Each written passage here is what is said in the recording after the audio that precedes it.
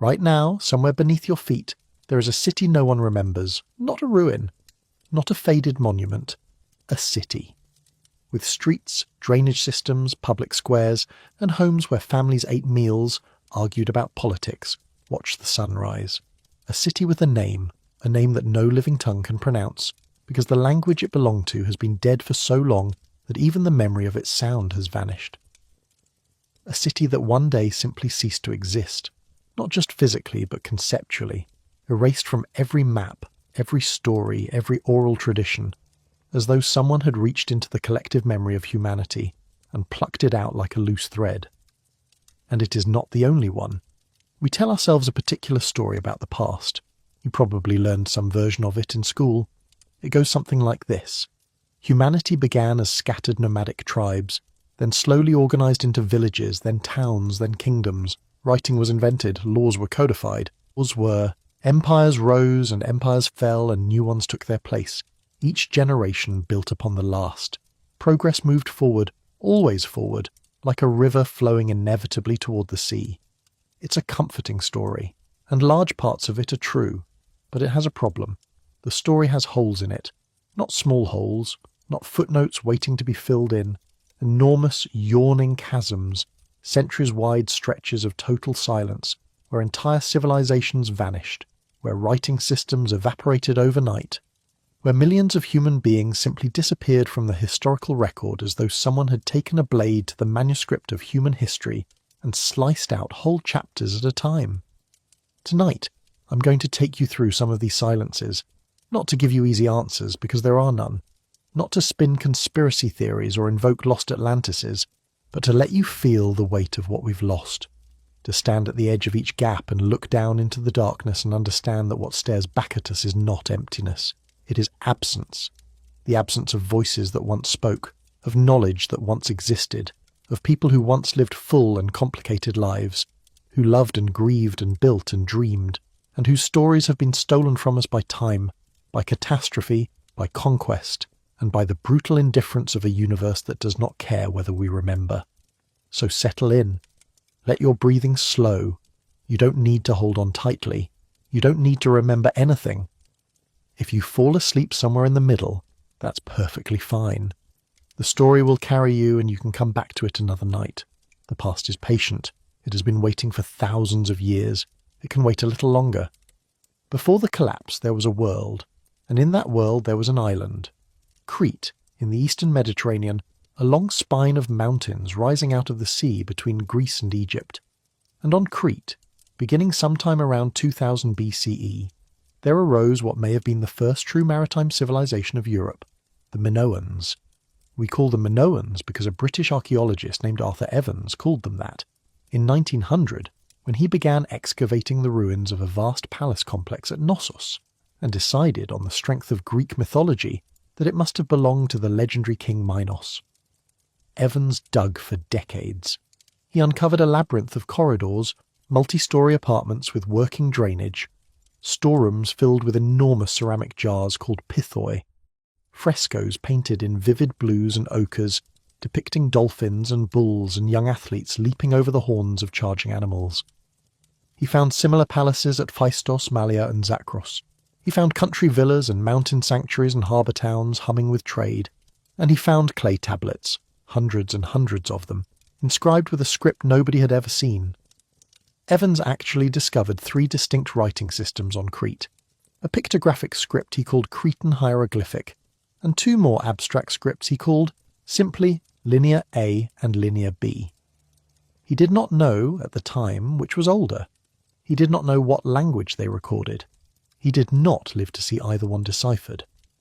In 1952, a young English architect named Michael Ventris, working with the American scholar Alice Kober, whose index cards he inherited after her early death, cracked Linear B. Kober had done the painstaking work of sorting the signs by statistical behaviour, identifying patterns of grammatical inflection, pointing the way.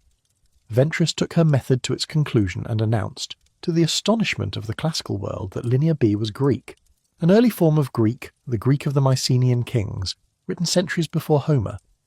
The tablets were administrative records, inventories of livestock, lists of offerings to gods, receipts for textiles and grain. written by Greek-speaking scribes in a system they had borrowed from the Minoans and adapted to their own tongue around 1450 BCE. But Linear A, the older script, the Minoan script, the one the Mycenaeans had borrowed from, Linear A remains unread. And this is where the strangeness deepens, because we can sound it out. Many of the signs in Linear A look identical to signs in Linear B, and when the Mycenaeans adapted the script, they presumably kept the phonetic values of the signs they reused. So if you read a Linear A tablet aloud using the sound values known from Linear B, you can pronounce the words, you can say them. What you cannot do is understand them, because the language underneath is not Greek. It is not Egyptian or Hittite or Akkadian or Semitic or any other tongue anyone has ever been able to match it to. It is the Minoan language, and whatever it was, it left no identifiable descendants, and no bilingual Rosetta Stone has ever been found to anchor it to a known tongue. The corpus is not tiny. Approximately 1,427 Linear A inscriptions survive, containing somewhere between 7,362 and 7,396 individual signs in total. The largest caches come from Hagia Triada on Crete, where 147 tablets were recovered, from Kenia with 99 clay tablet fragments, from Zakros with 31, from Phaistos with 26. A handful of tablet fragments have been found far from Crete, on Santorini, on Kea, on Samothrace, at Miletus on the Turkish coast, even at Tel Haror and Tel Lachish in modern Israel. Evidence that Minoan trade networks reached across the eastern Mediterranean. The script used roughly 90 distinct signs, a mixture of syllabic phonograms, ideograms, and symbols for quantities and commodities. The tablets appear to be administrative records, primarily inventories, receipts, lists. But imagine what these texts would contain if we could read them.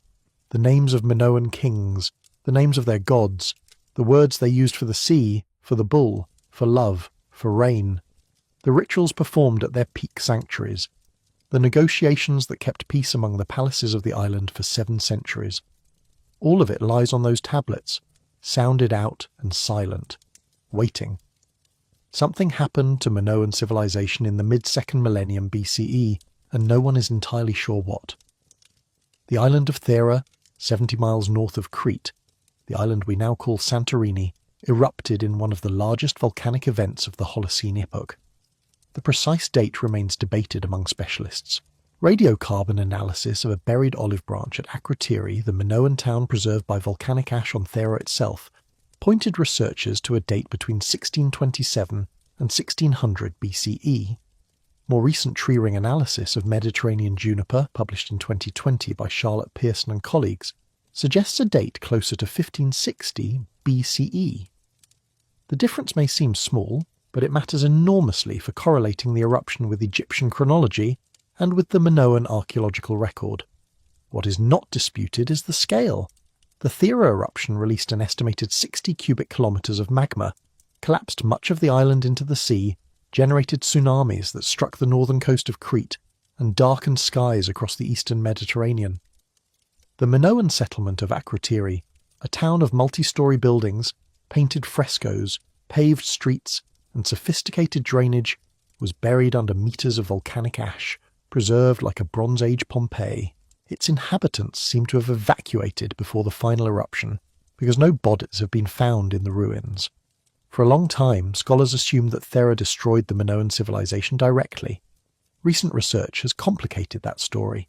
The Minoans seem to have survived the eruption, rebuilt, and continued flourishing for perhaps 150 years afterward. But something was weakened. Around 1450 BCE, roughly a century and a half after the eruption, the palaces of Crete were destroyed one after another by fire.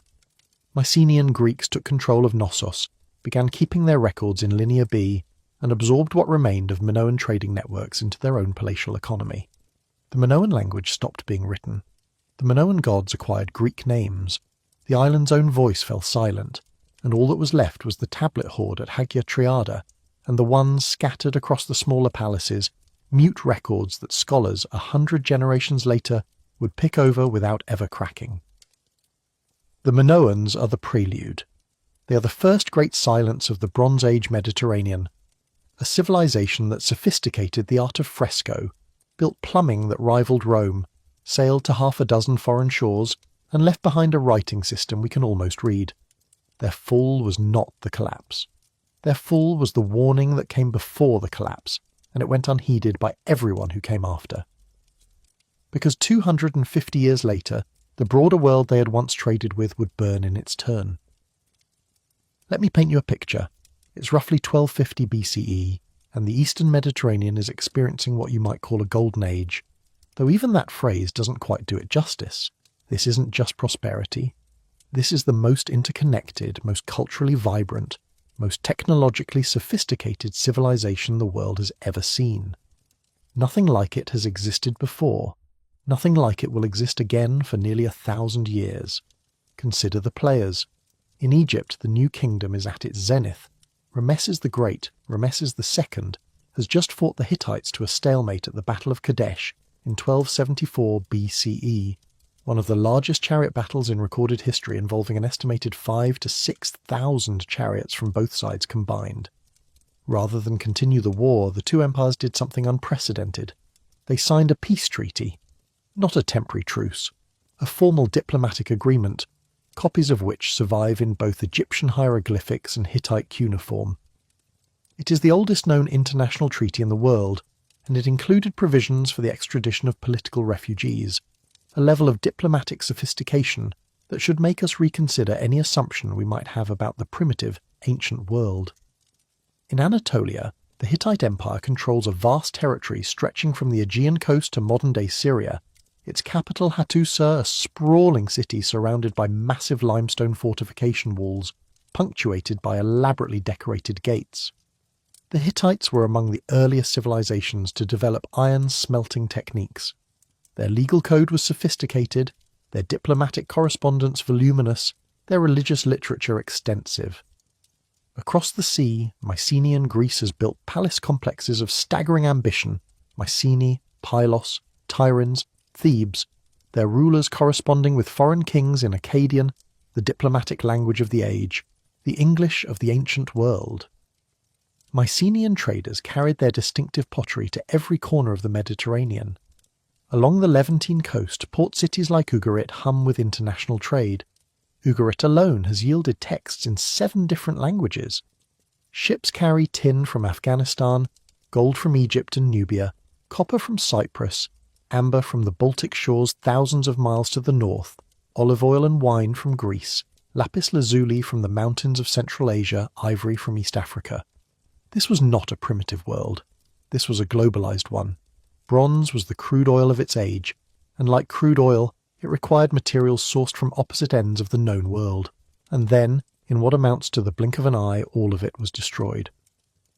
Between roughly 1200 and 1150 BCE, a span of just 50 years, barely 2 human generations, this entire world collapsed. Not declined, not gradually faded, collapsed. The Hittite Empire didn't wither away over centuries the way Rome eventually would. It was annihilated, burned to nothing so quickly that the destruction feels almost instantaneous in the archaeological record. At Hattusa, the Hittite capital, archaeologists digging through the ruins found a thin black layer directly above the floor level of its buildings, a layer composed of ash, charred wood, and rubble scorched in an intensely destructive fire, dating to around 1200 BCE. After that destruction layer, the archaeological record falls silent.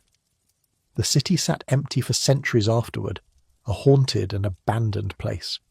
20 kilometres north, at Alaka Hoyuk, where the Hittites had buried their kings in opulent tombs for generations, the same evidence of fiery destruction appears in the same stratum. Ugarit, one of the wealthiest and most cosmopolitan port cities in the ancient world, was so thoroughly destroyed that it was never resettled. The last letter ever sent from its king was found in a kiln, unbaked, never delivered, a desperate plea for military assistance against approaching enemies. The king wrote that enemy ships had already been sighted. Help never came. The city burned, and the letter remained in the kiln for more than 3,000 years, a frozen cry from the last moments of a dying world. Mycenae burned. Pylos burned. The palace at Pylos, which has provided us with some of the richest Linear B archives in existence, shows evidence of desperate, last-minute defensive preparations, walls hastily reinforced, supplies stockpiled. Before the final conflagration consumed everything, Troy burned. Across the Peloponnese, up to 90% of small settlements were abandoned, suggesting a catastrophic depopulation that went far beyond the destruction of individual cities. In the generations that followed, some scholars estimate that Greece may have lost as much as 80% of its total population. That number is almost incomprehensible, and it wasn't just cities and populations that perished, it was knowledge itself. The Mycenaean Greeks had developed Linear B, a syllabic writing system used primarily for palace administrative records. After the palace system collapsed, there was no one left who needed to keep such records, and no institution to maintain the scribble tradition. Linear B vanished. Greece would not produce another written document for nearly 400 years. When Greeks finally began writing again, they used an entirely different script, one borrowed from the Phoenicians and adapted to the Greek language. They had no memory of Linear B, they didn't even know it had existed. So what happened? What could possibly have destroyed the most advanced civilization on Earth in the span of a single human lifetime? There are theories, several of them, and each explains part of the picture while leaving the rest shrouded in shadow. The first involves the Sea Peoples. Egyptian records from the reign of Ramesses III, around 1178 BCE, describe massive naval and land battles against a confederation of mysterious raiders who attacked the Nile Delta in force. Temple inscriptions at Medinet Habu, Ramesses' mortuary temple, depict these invaders in vivid detail. Warriors in distinctive helmets, some horned, some feathered, arriving in fleets of warships unlike anything the Egyptians were accustomed to fighting. Accompanying the warriors were ox carts carrying women and children, as though entire nations were on the move, migrating rather than merely raiding. We don't know whether they caused the collapse, or were themselves refugees fleeing it. Were they the fire, or were they running from the fire? The second theory points to climate change, and recent scientific evidence has given it considerable force. A study published in the journal Nature in 2023, led by Sturt Manning of Cornell University, analysed tree rings from juniper trees preserved at the archaeological site of Gordion in central Anatolia. By measuring both ring widths and stable isotope ratios, the researchers pinpointed a severe 3-year continuous drought between 1198 and 1196 BCE, plus or minus 3 years, right in the heartland of the Hittite Empire, right at the moment of its collapse. In the 12-year period from 1198 to 1187, 6 to 8 of those years fell in the lowest 20% of moisture values in the entire 400-year record. This was not a bad season. This was generational catastrophe. Paleoclimatic evidence from the Sorek cave formation in Israel confirms an unprecedented and sustained decline in rainfall persisting through 1150 BCE and beyond. The Hittite Empire, whose agricultural heartland depended on reliable rainfall rather than river irrigation, was particularly vulnerable.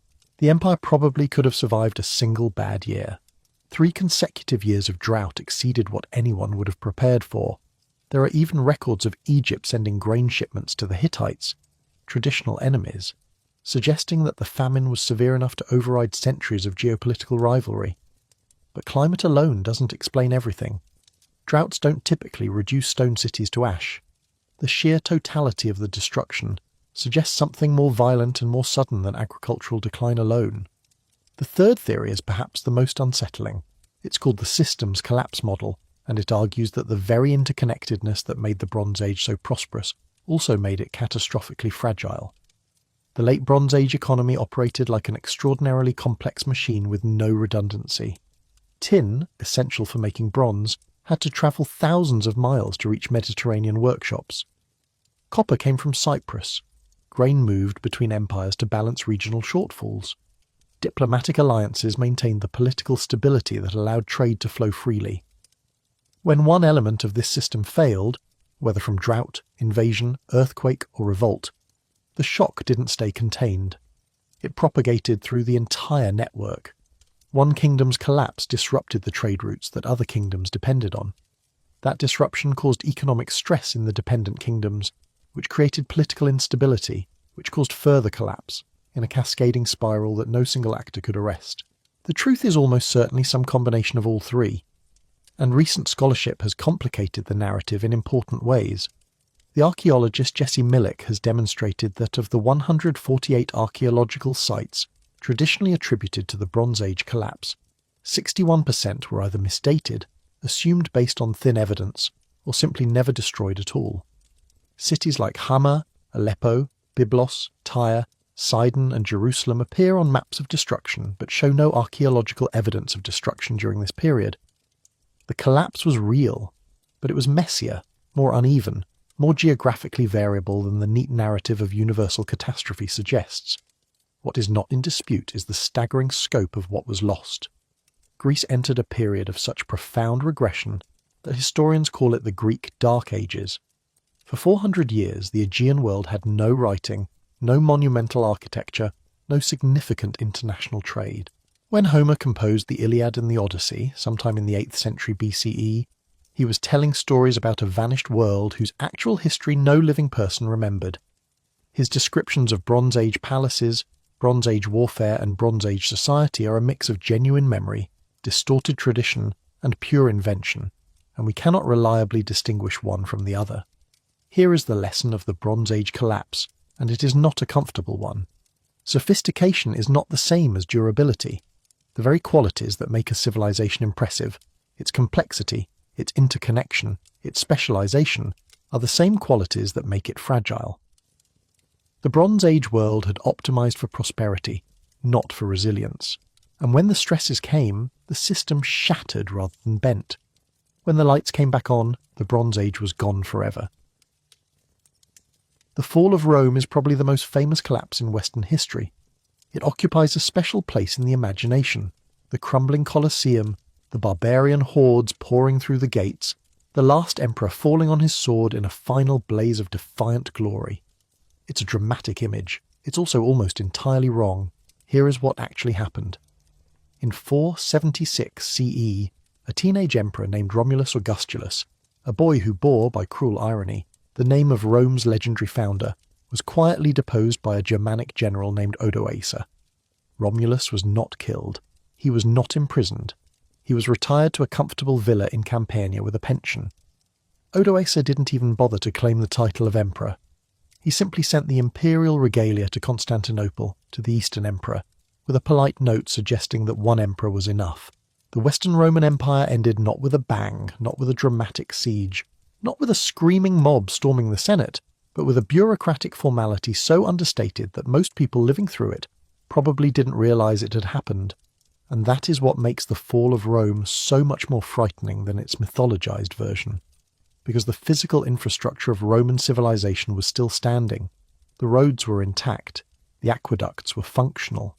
The bridges still spanned their rivers. The libraries still held their books. The technology, the knowledge, the accumulated wisdom of 1,000 years of engineering and administration, all of it was still there, embedded in stone and brick and parchment, waiting to be used. But the people who understood how to use it were disappearing. Here is the thing about Roman literacy. Reading and writing in the Roman world were not valued as abstract virtues. They were job skills, practical vocational job skills. You learned to read because your work in urban administration, commercial accounting, legal practice or military engineering required it. Literacy was a tool, and like any tool it was maintained only so long as there was work for it to do. When the cities shrank, and they shrank dramatically, losing 80 to 90% of their populations across much of the Western Empire, the jobs that required literacy vanished. There were no more tax rolls to maintain, no more commercial contracts to draft, no more engineering specifications to write. In the countryside, where the overwhelming majority of the population now lived, Latin literacy was useless. You could not eat a codex. You could not plough a field with a legal precedent. Within 2 generations, perhaps 40 to 60 years, the ability to read and write Latin disappeared across large parts of the former Western Empire. Not because it was forbidden, not because some barbarian king ordered the books burned. It was simply forgotten, because nobody needed it anymore, and therefore nobody taught it to their children. This is knowledge death by neglect, the most common and the most insidious form, and it can happen with terrifying speed. And when literacy died, technical knowledge went with it, because Roman technical knowledge was primarily transmitted through written manuals.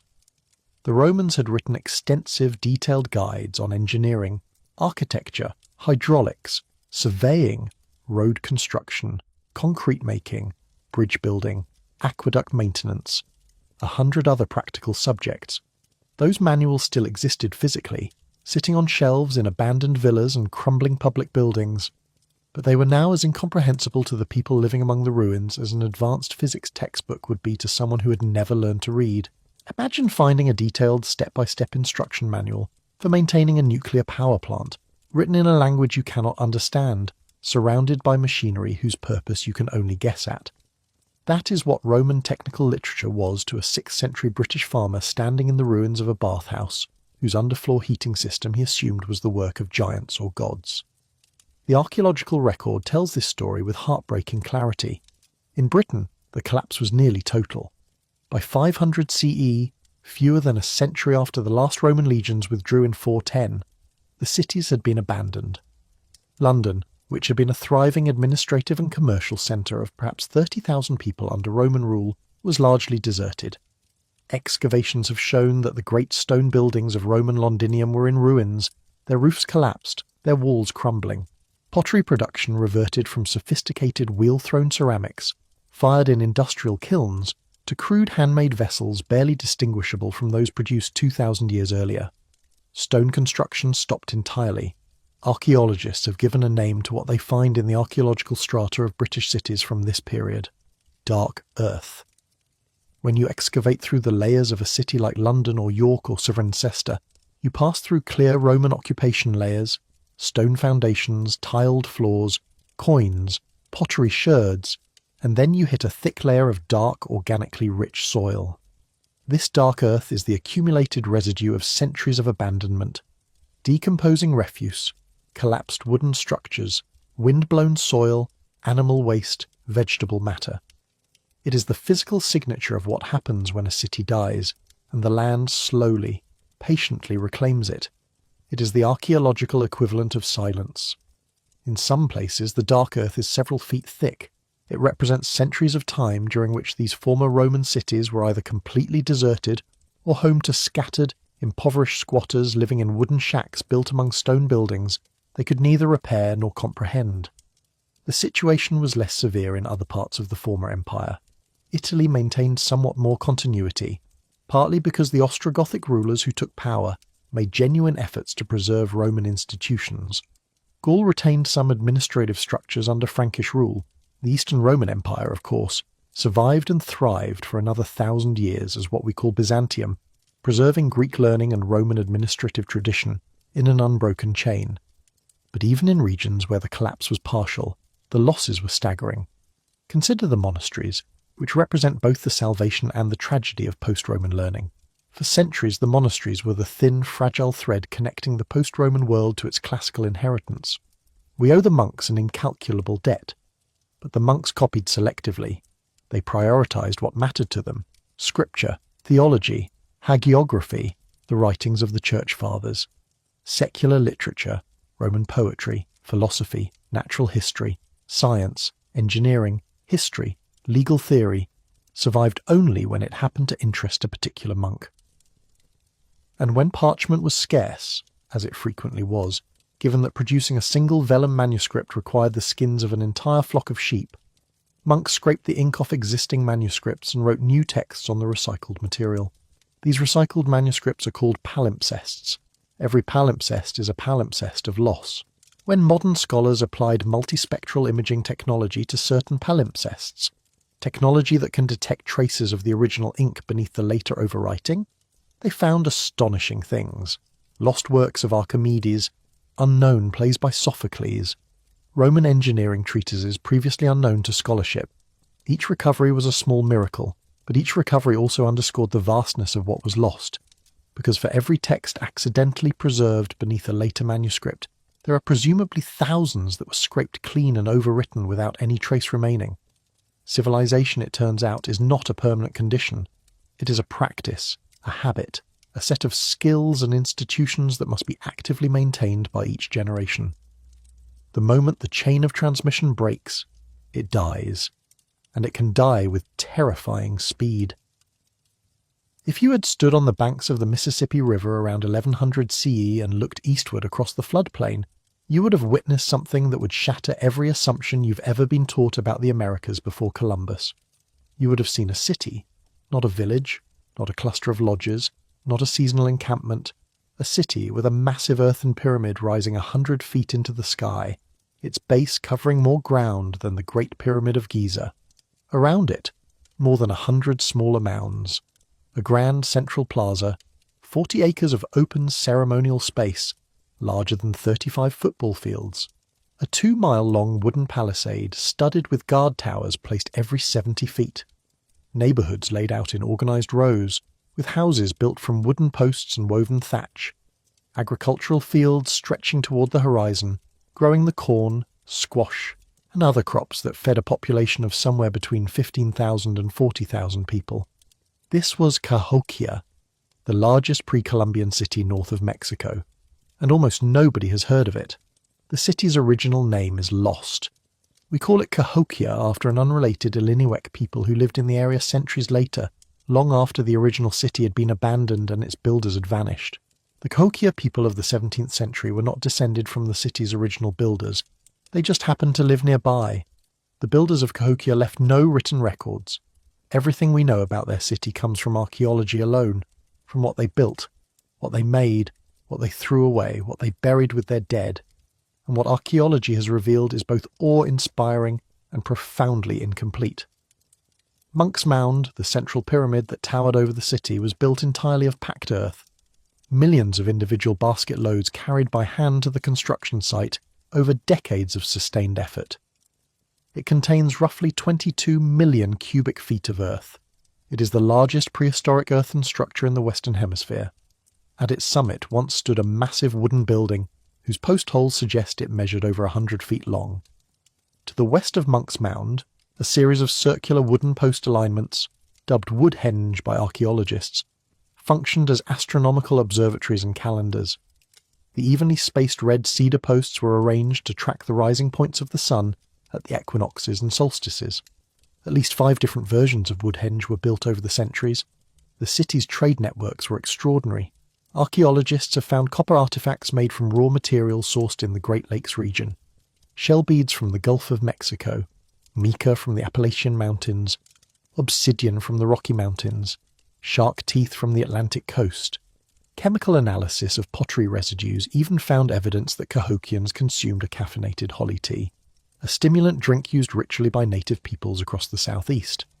This was the hub of a continental network. Strontium isotope analysis of the teeth of dozens of individuals buried at Cahokia reveals that at least 20% were immigrants who had come from elsewhere. This city attracted people from across the Mississippian world, and then, by 1350 CE, it was empty. The mound stood silent, the palisade had rotted away, there's no evidence of a final battle, no ash layer from a devastating fire, no mass grave from a massacre. The city simply emptied out over perhaps a century and a half, its population dispersing into the surrounding landscape, their urban identity dissolving like sugar in water. By the 1500s, when European explorers first entered the Mississippi Valley, the local indigenous peoples had no memory of who had built the mounds or why they were there. Was it environmental degradation? The city's population had put tremendous pressure on local resources. The palisade alone required 20,000 logs for each of its 4 known reconstructions, 80,000 large trees just for the wall. Was it political upheaval? Was it climate change?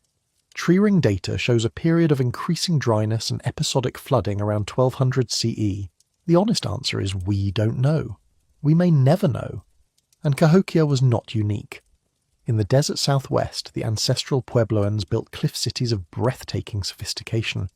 At Chaco Canyon in New Mexico, Pueblo Bonito contained over 600 rooms and stood 4 stories high. It was one of the largest buildings in North America for centuries. The Chaco system included hundreds of miles of perfectly straight roads, some up to 30 feet wide, connecting outlying communities to the central canyon complex. These roads were not paths worn by casual foot traffic. They were engineered structures, cut straight through mesas and arroyos with geometric precision that speaks of sophisticated surveying and centralized planning, and around 1150 CE they left. The great houses were emptied, the roads fell into disuse, the people migrated south and east, eventually becoming the ancestors of the modern Pueblo peoples. But why they left remains largely a mystery. Now multiply this pattern across an entire hemisphere, and then add the most catastrophic demographic event in human history. When Christopher Columbus made landfall in the Caribbean in 1492, the Americas were home to an estimated 50 to 100 million people. These were not, as colonial propaganda would later insist, scattered tribes wandering through an empty wilderness. The Aztec capital of Tenochtitlan was one of the largest cities on Earth, with a population estimated at over 200,000. The Inca Empire controlled a territory stretching 4,000 kilometers along the Andes. The Maya had independently developed a fully functional writing system, a sophisticated calendar more accurate than the one used in contemporary Europe, and mathematical concepts including the number zero.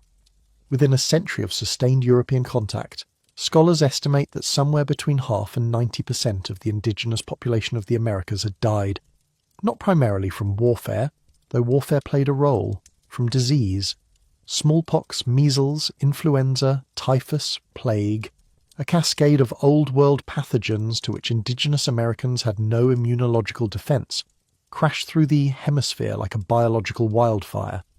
The diseases moved faster than the Europeans themselves. Epidemics travelled along trade routes and waterways, leaping from community to community, killing people who had never seen a European face. The Spanish explorer Hernando de Soto, travelling through the southeastern United States between 1539 and 1542, described densely populated, prosperous, politically organised towns along the Mississippi River. When French explorers returned to the same region 150 years later, they found a nearly empty landscape. The towns de Soto had described were gone.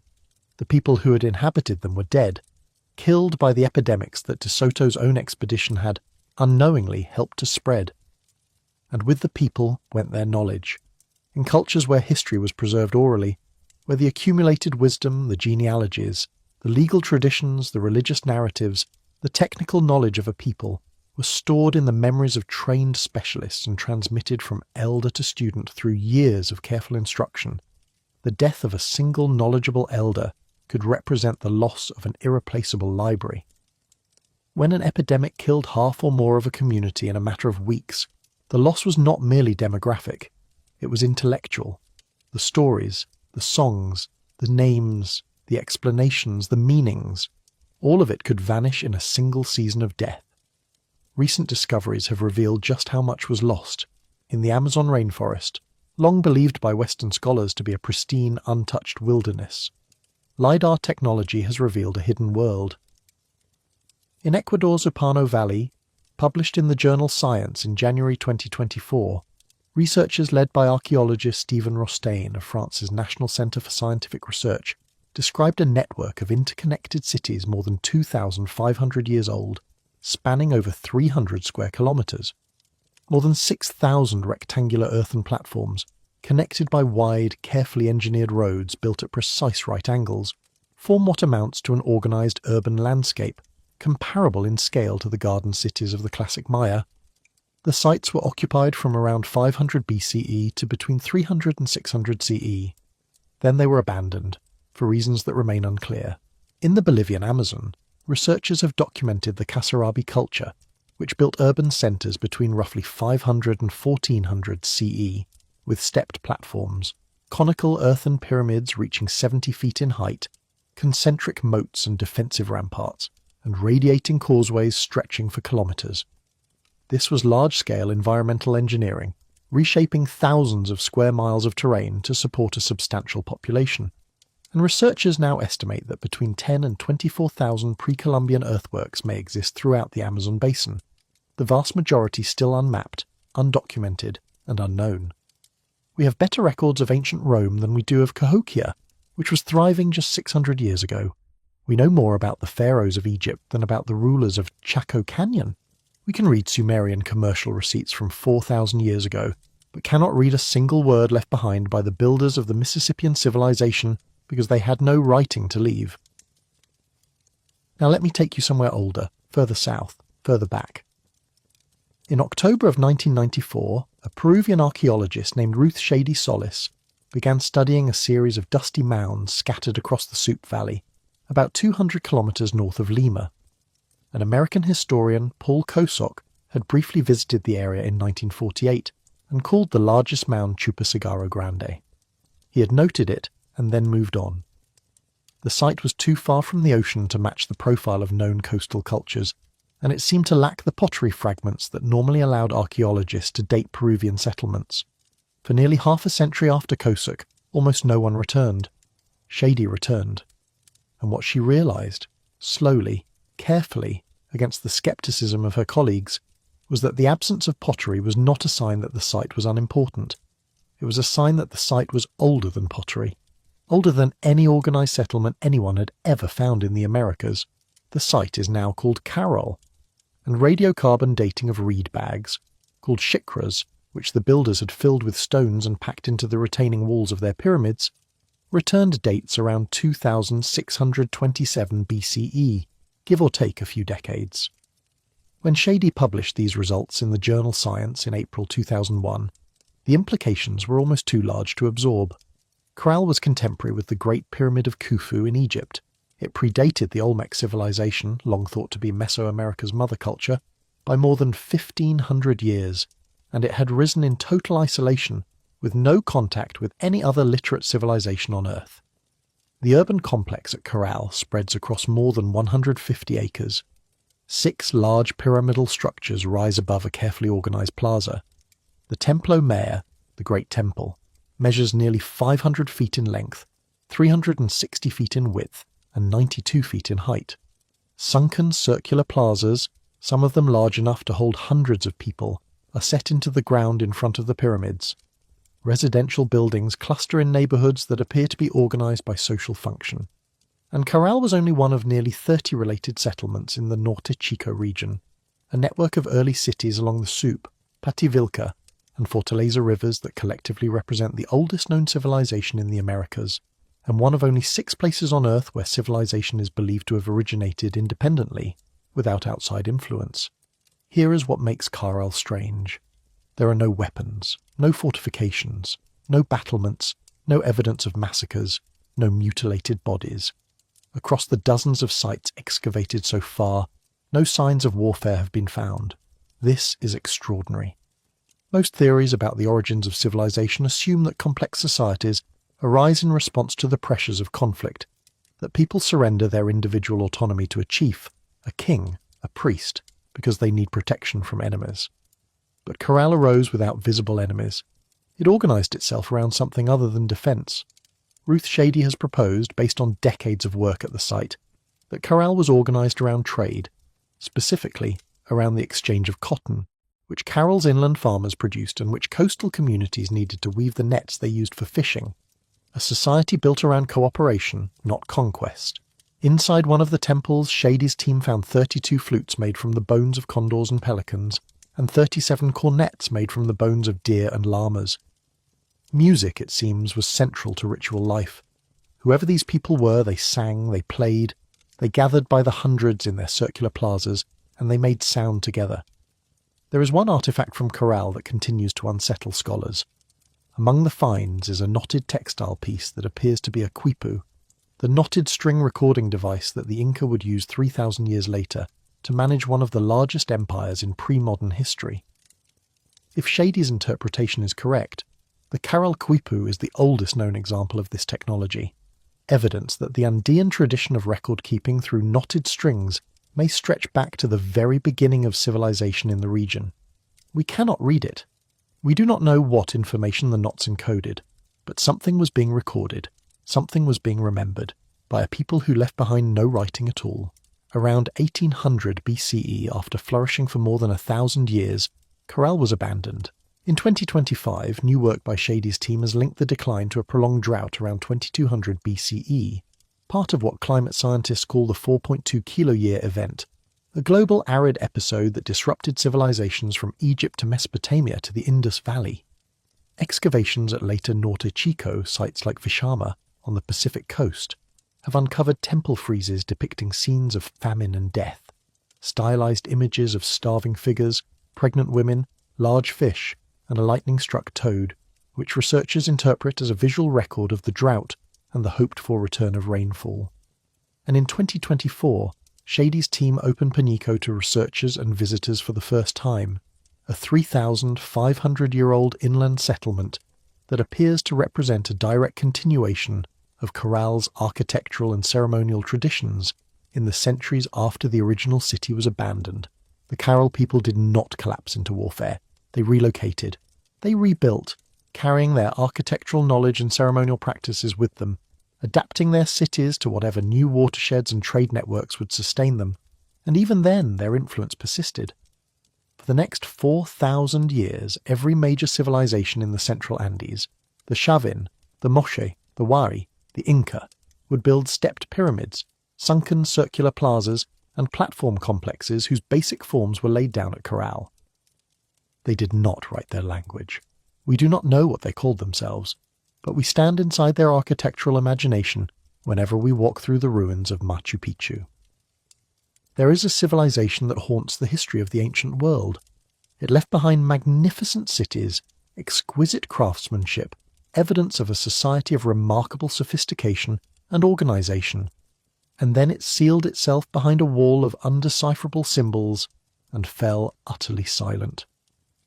That silence has lasted 4,000 years. The Indus Valley Civilization, also known as the Harappan Civilization, after one of its major sites, emerged around 3,300 BCE in what is now Pakistan and northwestern India. At its peak, between approximately 2,600 and 1900 BCE, it was one of the three great urban civilizations of the ancient world, alongside Egypt and Mesopotamia. But in several important respects, it was the most impressive of the three. At its height, the Indus Valley Civilization encompassed an estimated 5 million people. It spread across an area larger than Egypt and Mesopotamia combined, covering much of modern Pakistan, northwestern India, parts of Afghanistan, and stretching to the coast of the Arabian Sea. More than 1,400 settlements have been identified. The two largest cities, Mohenjo-Daro in the south and Harappa in the north, had populations of 40,000 or more, and the cities themselves are extraordinary. When archaeologists first excavated Mohenjo-Daro in the 1920s, they found something that defied every expectation.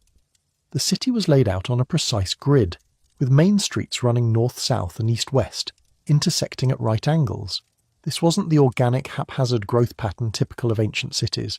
This was deliberate, centralized urban planning, implemented across the entire city from the very beginning. And the bricks were standardized. Across hundreds of settlements separated by hundreds of miles, the Indus people used bricks manufactured to the same dimensional ratio, a proportion of roughly 4 to 2 to 1, length to width to thickness. This standardization implies centralized authority, manufacturing oversight, and a system of weights and measures that could ensure uniformity across an enormous geographical area.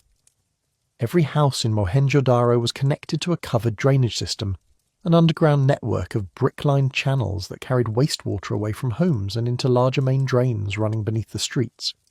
These drains were equipped with inspection holes at regular intervals, allowing maintenance workers to access and clean them.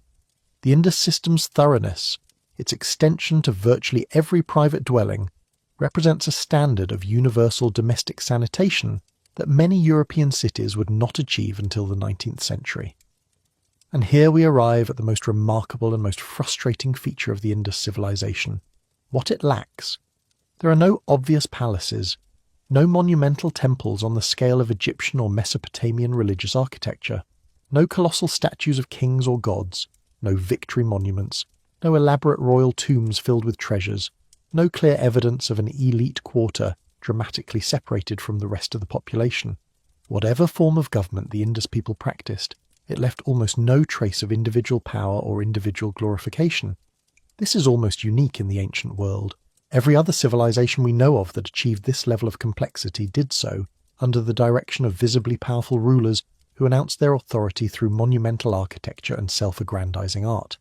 The Indus civilization achieved comparable complexity and maintained it for 700 years without leaving any such evidence. Either their rulers were remarkably modest, or their society operated on principles of authority fundamentally different from anything else we've encountered. We don't know which, and they will not tell us because of the script. Over 4,000 inscribed objects have been recovered from Indus Valley sites: stamp seals, pottery fragments, clay tablets, metal tools. They carry approximately 400 distinct signs, a number that has led most scholars to conclude that the script is logographic, that each sign represents a word or concept rather than a sound. But this conclusion is uncertain. Strong arguments have been made for other interpretations, including the possibility that the signs are not a writing system at all, but rather a system of non-linguistic symbols, identification marks, religious icons, clan emblems. The inscriptions are heartbreakingly brief. Most contain fewer than 5 signs. The longest known inscription is a mere 26 characters. This extreme brevity makes analysis extraordinarily difficult because the statistical tools that linguists use to identify patterns in unknown scripts require much larger samples of text. It's as though we found an ancient library where every book contained only its title, and the titles were written in a language no living person speaks. There is no Rosetta Stone for the Indus script, no bilingual inscription that might crack the code. The reading direction is not definitively established. The underlying language is unknown. For more than a century, scholars have attempted decipherment. Dozens of claims have been published. None has gained widespread acceptance. An Indian state government recently offered a reward of $1 million to anyone who could successfully decode the script, a measure of how desperately the knowledge is wanted and how firmly it remains locked away. Without being able to read the script, we cannot know what the Indus people called their civilization, their cities, their rivers, their gods. We cannot know the names of their rulers. We cannot access their laws, their stories, their understanding of the world. Everything we know about this civilization is external, derived from the shapes of their buildings, the residues in their cooking pots, the positions of their dead. It is as though we were trying to understand a person entirely from the outside, observing their actions but never hearing their voice. The end of the Indus Valley civilization is as mysterious as its inner life. Beginning around 1900 BCE, the cities began to decline. The population of Mohenjo-daro thinned. Construction quality deteriorated. Over the following centuries, the great cities were gradually abandoned. By 1300 BCE, they were largely deserted.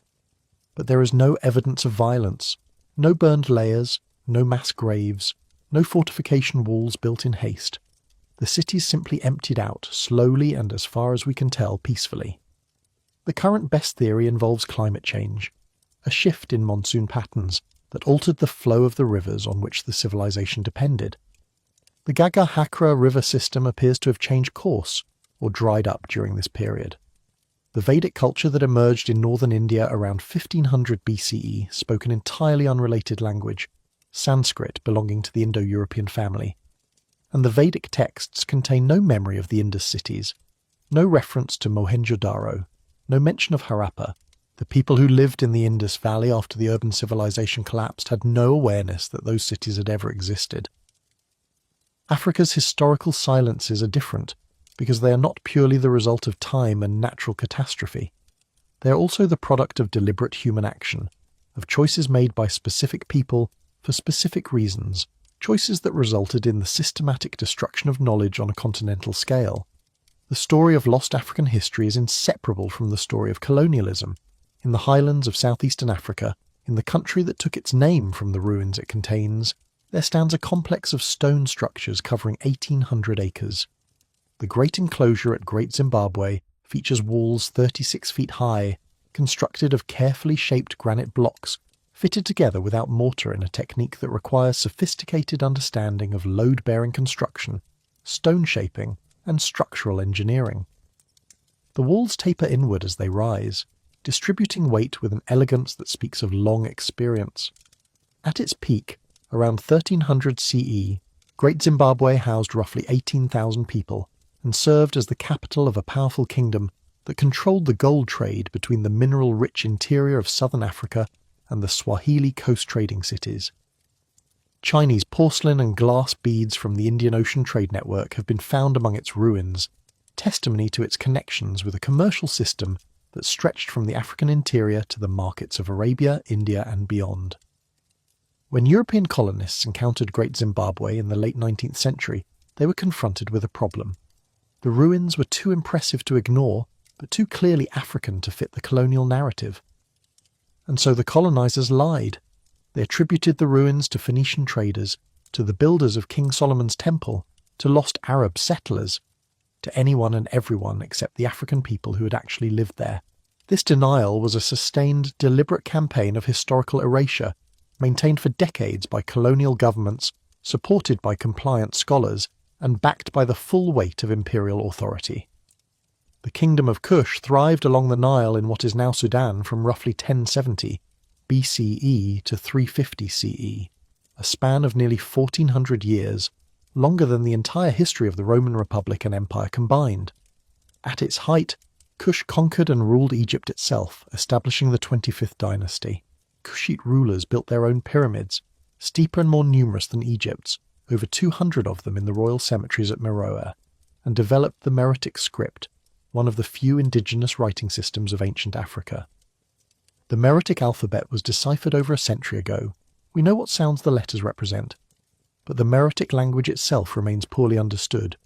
We can read the texts aloud, we can sound out the words, but we cannot comprehend what most of them mean, because the language has no well-established relatives and no bilingual key.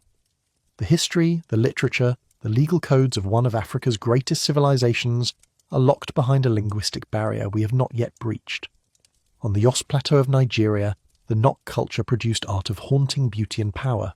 Over many centuries, beginning somewhere between 1500 and 900 BCE, depending on which dating method is trusted, Nok sculptors created terracotta figures with triangular eyes, elaborate hairstyles, expressive faces that seem to stare across millennia with knowing intensity. The artistic tradition persisted for over 1,000 years. Even more remarkably, the Nok people were among the earliest ironworkers in the world, smelting iron by 1000 BCE. They appear to have skipped the Bronze Age entirely, leaping directly from stone tools to iron in an independent technological development that confounds the neat progression Western scholarship long assumed was universal. We do not know the Nok people's name for themselves. We do not know their language. We do not know their social structure, their religious beliefs, their political organization. The terracotta figures tell us that they valued art, that they had consistent aesthetic standards across centuries, but the figures cannot speak. They can only look at us with those knowing triangular eyes. The medieval empires of West Africa, Ghana, Mali, Songhai, were among the wealthiest and most powerful states on earth during their respective heydays. When Mansa Musa of Mali made his pilgrimage to Mecca in 1324 CE, travelling with an entourage of thousands and distributing gold so lavishly that he reportedly depressed the value of gold in Cairo for years afterward, he announced the existence of a kingdom of extraordinary wealth to a world that had barely been aware of it. The University of Sankore at Timbuktu was a centre of Islamic learning housing thousands of manuscripts, long before the European Renaissance. But our understanding of these empires remains fragmentary. Most of what we know comes from the accounts of Arab scholars and travellers, Ibn Battuta, al-Bakri, al-Umari, who visited from outside and described what they saw through the lens of their own cultural assumptions. The preservation system for African history was, in most regions, primarily oral.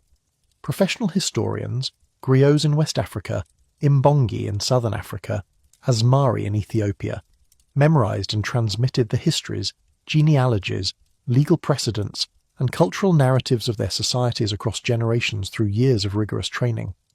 A trained griot could recite dynastic histories spanning centuries, complete with dates, names, relationships, conflicts, and moral lessons, with a fidelity that modern scholars have been able to cross-reference against archaeological evidence.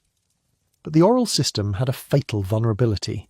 When communities were disrupted, by slave raids that tore families apart, by colonial wars that killed elders and scattered populations, by famines and epidemics, the chain of transmission could be broken in a single generation. Colonial regimes actively suppressed African historical memory because they understood, at some level, that a people who remember their own achievements are harder to subjugate than a people who have been taught to believe they have no history. The silences are being broken. Recent archaeology, conducted increasingly by African scholars, has revealed complex societies that colonial scholarship had denied or ignored. The ancient city of Geno in modern Mali has been shown to possess sophisticated urban planning centuries before Islamic contact. The Swahili coast cities, Kilwa, Lamu, Mombasa, Zanzibar, are now understood as unique fusion cultures that blended African, Arab, Indian, and Southeast Asian elements into something genuinely original. But the recovery should not obscure the scale of what was lost. What we are reconstructing now is not the full picture. It is fragments, gathered painstakingly from the wreckage of a deliberate cultural catastrophe. I want you to try to imagine something. You're standing on the shore of an island in the central Pacific, sometime around 1000 CE. You're looking out at the ocean, not a river, not a sheltered bay, the open Pacific Ocean, 64 million square miles of water covering more than 1/3 of the entire surface of the Earth. A body of water so vast that you could drop every continent into it and still have ocean left over. Now imagine that somewhere out there, beyond the horizon, there is an island. A small island, maybe a few miles across. A speck in an infinity of water. And you are going to find it. You are going to sail to it in a wooden canoe, a double-hulled outrigger, beautifully crafted from hand-hewn planks lashed together with braided coconut fibre and sealed with breadfruit sap, carrying a woven pandanus leaf sail. You have no compass, no sextant, no chronometer, no charts, no GPS, no radio. Nothing that any European navigator of the 18th century would have recognised as a navigational instrument. You have your eyes, your memory, and the accumulated knowledge of generations of master navigators who trained you from childhood. You carry an entire atlas in your head, encoded not as lines on a map but as relationships between phenomena. A star that rises at this angle means that island is in this direction. A pattern of wave refraction means land is within a certain distance. A species of birds circling overhead means shore is no more than a day's sail away. This is not speculation. This is what Polynesian navigators actually did. By roughly 1200 CE, every inhabitable island in the Pacific Ocean had been found, reached and colonised by Polynesian peoples sailing outrigger canoes. From Tahiti to Hawaii is 2,600 miles of open water, farther than the distance from New York to Los Angeles. From Tahiti to New Zealand, 2,400 miles. Easter Island sits 1,200 miles from the nearest inhabited land, isolated in the southeastern Pacific like a pebble dropped into the centre of an empty room the size of a continent. The settlement of the Pacific is, by any reasonable measure, the single greatest feat of exploration and navigation in all of human history. It dwarfs everything that followed. We know fragments of how they did it. Polynesian navigators memorized the positions of hundreds of stars, using the points where specific stars rise and set as directional markers, essentially creating a star compass that divided the horizon into a series of named bearings. They read wave patterns with a sensitivity that seems almost superhuman to us. They could detect the subtle distortion in open ocean swells caused by the refraction of waves around a distant island, even when that island was far below the horizon. They track the flight paths of specific bird species, knowing that some, like the golden plover, never stray more than a certain distance from land. They observed cloud formations, which often develop over islands due to the heating of the land surface.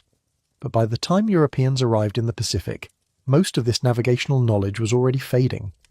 The last great Polynesian expansion, the settlement of New Zealand by the ancestors of the Maori, around 1300 CE, occurred roughly 200 years before the first European ships entered the Pacific.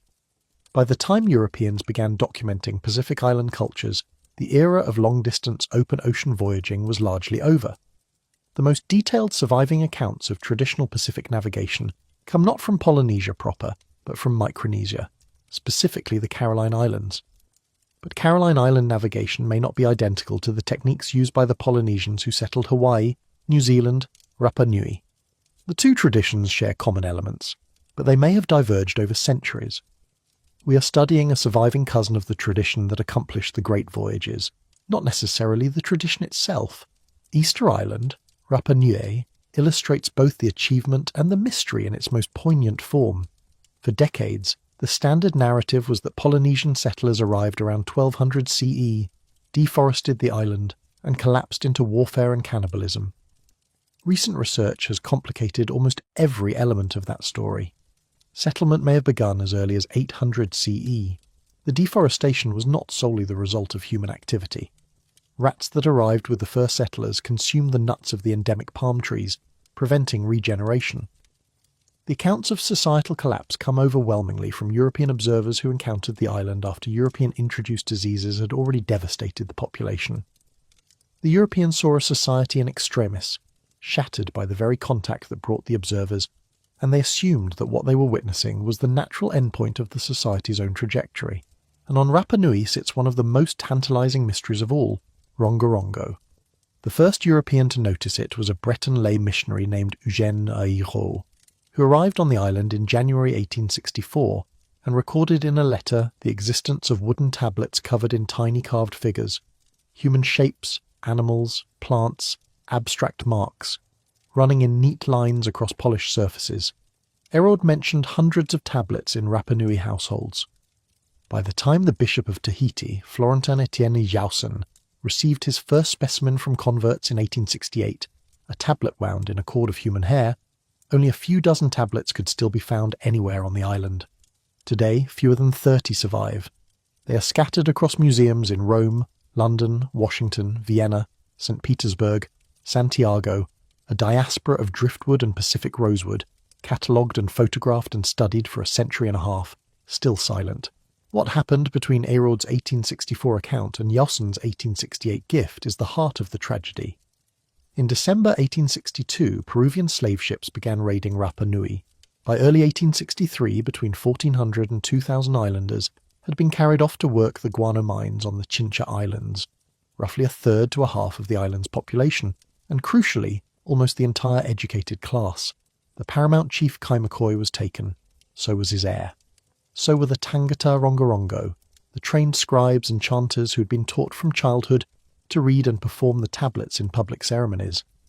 International pressure eventually forced Peru to repatriate the survivors, but most of those who returned were already sick with smallpox, tuberculosis, and dysentery, and they brought the diseases with them onto an island that had never known them. The population of Rapa Nui, estimated at around 4,000 in the early 1860s, collapsed to approximately 110 people by 1877. An entire literate tradition, preserved not in books but in trained human memory, was annihilated in less than 15 years. Jausen located a Rapa Nui labourer in Tahiti in 1869, a man named Metoro Tawa Ure, who claimed to know the tablets by heart. Between 1869 and 1874, Metoro sat with Jausen and chanted from 4 tablets the bishop had collected. The tablets we now call a Tahua, Biaruku Kurenga, Simamari, and Ekati. Jausen transcribed everything. But almost a century later, when the German researcher Thomas Barthel re-examined Jausen's notes, he discovered that Metoro had read one tablet's reverse forward and its obverse backward. The French epigraphist Jacques Gouy later showed that Metoro had also read the lunar calendar on the Mamari tablet backwards, and had failed to recognise the very obvious pictogram of the full moon embedded in its sequence. Whatever Metoro had known about Rongorongo, it was no longer enough to actually read the tablets. He was chanting descriptions. This is a fish. This is a man with raised hands, rather than sounding out text. The next attempt came 12 years later. In December 1886, an American naval officer named William J. Thompson, paymaster aboard the USS Mohican, spent 12 days on Rapa Nui and purchased 2 tablets that are now housed in the Smithsonian. Thompson sought out an elderly man named Uriwai Iko, who had served as steward to Nga'ara, the last Rapa Nui king said to have possessed Rongorongo knowledge. Ura initially refused to read the tablets, explaining that his Christian instructors had forbidden it, and that he feared for his soul. Thompson plied him with alcohol and payment. Eventually Ure chanted a series of texts, from photographs, not the tablets themselves, while a bilingual Tahitian landowner named Alexander Salmon wrote down the words. The result was a collection of chants that read like fragments of Rapa Nui cosmology, creation stories, genealogies of gods. But when scholars later compared Yure's chants against the actual glyph sequences on the tablets, the chants did not match. Yure may have been chanting traditional texts he had memorized from oral instruction as a young man, texts that were associated with the tablets in some general way, but that he could no longer link glyph by glyph to the actual carved signs. These were the last 2 attempts. After 1886, No living person claimed to be able to read Rongorongo, and the knowledge was gone. What remains are the tablets themselves, roughly 24 of them, totaling about 15,000 legible glyphs. The script is written in a pattern called reverse boustrophodon. You begin at the bottom left corner of the tablet, read across to the right, then physically rotate the tablet 180 degrees and read the next line, again left to right. Alternate lines appear upside down relative to each other until the reader turns the tablet. This way of writing is almost unique in world history. The glyph inventory contains roughly 120 basic signs, which combine and vary to produce perhaps 600 distinct forms. The carvings depict animals, fish, squid, sea turtles, crayfish, frigate birds, caterpillars, and human figures, plants, celestial bodies, geometric shapes. Most of the tablets appear to have been carved with obsidian flakes or shark teeth, on driftwood or native Toromiro and Pacific rosewood. Some of them are charred, as though half burned and then saved. And one small section of one tablet, the Mammary tablet now housed in Rome, has yielded what may be the only partial reading anyone has achieved. In 1958, Thomas Barthel identified a sequence of crescent-shaped glyphs flanking a full-disk pictogram that appears to correspond to the Rapa Nui lunar calendar, with 30 nights per month and occasional adjustments for leap months. Each crescent seems to represent a specific night phase.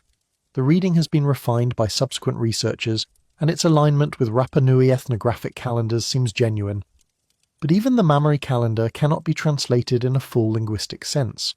We can say quote 0 and quote 1, but we cannot sound out the word for quote 2 or quote 3 in Rapa Nui as the tablet records them.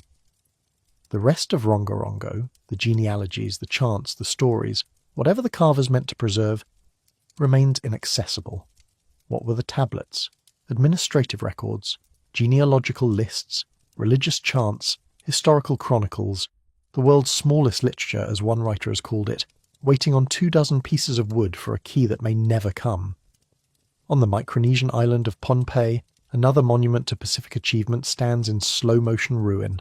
Nan Madol, sometimes called the Venice of the Pacific, is a complex of 92 artificial islands constructed on a coral reef lagoon. The islands were built by stacking enormous columns of naturally formed basalt, hexagonal and pentagonal logs of volcanic rock, some weighing up to 50 tons, into the shallow water of the lagoon. No metal tools were used, no wheels, no pulleys, no draft animals. Human labour alone quarried these massive stones, transported them to the coast, ferried them across the lagoon, and stacked them into walls reaching heights of 25 feet. The complex was built between approximately 1200 and 1500 CE by the Sodelur dynasty. Today, the site is deteriorating, undermined by mangrove growth, battered by storms, threatened by rising sea levels. And then there is the sweet potato, which tells us something astonishing in the quietest possible way. The sweet potato is a South American plant native to Peru and Ecuador. Yet when Europeans arrived in Polynesia, they found it growing across the Pacific Islands. The Polynesian word for it, kumara, is strikingly similar to words for the same plant in several South American indigenous languages. And recent genetic analysis has confirmed Native American ancestry in some eastern Polynesian populations, dating to approximately 1200 CE. Contact between Polynesia and South America occurred. This is no longer a hypothesis. At some point around 1200 CE, people from opposite sides of the Pacific Ocean met. They exchanged plants, they apparently exchanged genes, and then the contact ended, and for the next 3 centuries, until the European arrival, the 2 hemispheres went their separate ways again. We know it happened. We cannot say how. They crossed 64 million square miles of ocean, and we barely know their story. Everyone knows the pyramids. They are perhaps the most iconic structures on Earth, reduced to postcard images, decorative motifs on hotel carpets. But behind the familiarity lies a question that, when you really think about it, is genuinely unsettling. Where did Egyptian civilization come from? Around 3100 BCE, Egypt emerges onto the historical stage as a unified kingdom with a fully formed complex society. Hieroglyphic writing is already sophisticated, not the fumbling first attempts of a culture learning to write, but a mature system with established conventions. Administrative systems are functional. Religious concepts are elaborated. Architectural ambitions are already immense. Within 5 centuries of this apparent beginning, the Egyptians are building the Great Pyramid of Giza, a structure containing over 2 million stone blocks, aligned to the cardinal directions with an accuracy that modern surveying equipment can barely improve upon, its base level to within less than an inch across more than 13 acres of ground.